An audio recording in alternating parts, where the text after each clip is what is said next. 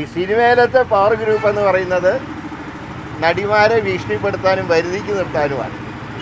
കോൺഗ്രസിൽ ഭരണഘടന അനുസരിച്ച് പാർട്ടി പ്രസിഡൻറ്റും പാർലമെൻ്ററി പാർട്ടി ലീഡറുമാണ് കാര്യങ്ങൾ തീരുമാനിക്കുന്നത്.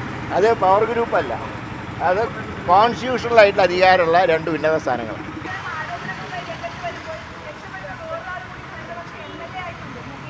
അല്ല, അത് എന്താണെങ്കിലും അതിൻ്റെ സമരങ്ങളേറ്റ് നല്ല ഘടിപ്പിച്ച് തന്നെ മുന്നോട്ട് പോകുന്നു.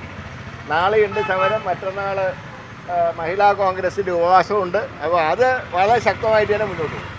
സിനിമകളിൽ സ്ത്രീകൾക്ക് അഡ്ജസ്റ്റ് ചെയ്യാതെ ജീവിക്കാൻ കഴിയില്ല എന്നുള്ളൊരു ഒരു തരത്തിലുള്ള ആരോപണങ്ങളൊക്കെ ഇപ്പോൾ പുറത്തു വരുമ്പോൾ കോൺഗ്രസിനും സമാനമായിട്ടുള്ള രീതിയിൽ സ്ത്രീകൾ അഡ്ജസ്റ്റ്മെൻറ്റിന് വിധേയരായിട്ടുണ്ട് എന്നുള്ളൊരു ആരോപണമൊക്കെ വരുന്നുണ്ട്.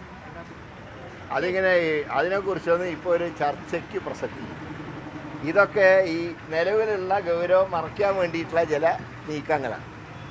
ഏതായാലും ഈ കാര്യങ്ങളിലൊക്കെ പാർട്ടി ഉചിതമായിട്ടുള്ള നിലപാട് സ്വീകരിക്കും. ഈ സിനിമയിലത്തെ പവർ ഗ്രൂപ്പ് എന്ന് പറയുന്നത് നടിമാരെ ഭീഷണിപ്പെടുത്താനും വരുതിക്ക് നിർത്താനുമാണ്. കോൺഗ്രസിൽ ഭരണഘടന അനുസരിച്ച് പാർട്ടി പ്രസിഡൻറ്റും പാർലമെൻ്ററി പാർട്ടി ലീഡറുമാണ് കാര്യങ്ങൾ തീരുമാനിക്കുന്നത്. അത് പവർ ഗ്രൂപ്പല്ല, അത് കോൺസ്റ്റിറ്റ്യൂഷണലായിട്ടുള്ള അധികാരമുള്ള രണ്ട് ഉന്നത സ്ഥാനങ്ങളാണ്. EP അങ്ങനെ BJP-യിൽ പോകുമെന്ന് ഞാൻ കരുതുന്നില്ല. കാരണം എന്തൊക്കെ അദ്ദേഹത്തെ രാഷ്ട്രീയമായിട്ട് അഭിപ്രായ വ്യത്യാസം ഉണ്ടെങ്കിലും അദ്ദേഹത്തിൻ്റെ സംഭാവനയുണ്ടല്ലോ മാർക്സിസ്റ്റ് പാർട്ടിയുടെ വളർച്ചയിൽ. അതുകൊണ്ട് അദ്ദേഹം ആ പാർട്ടിയിൽ തന്നെ നിൽക്കുന്നതാണ് ഞാൻ പ്രതീക്ഷിക്കുന്നത്.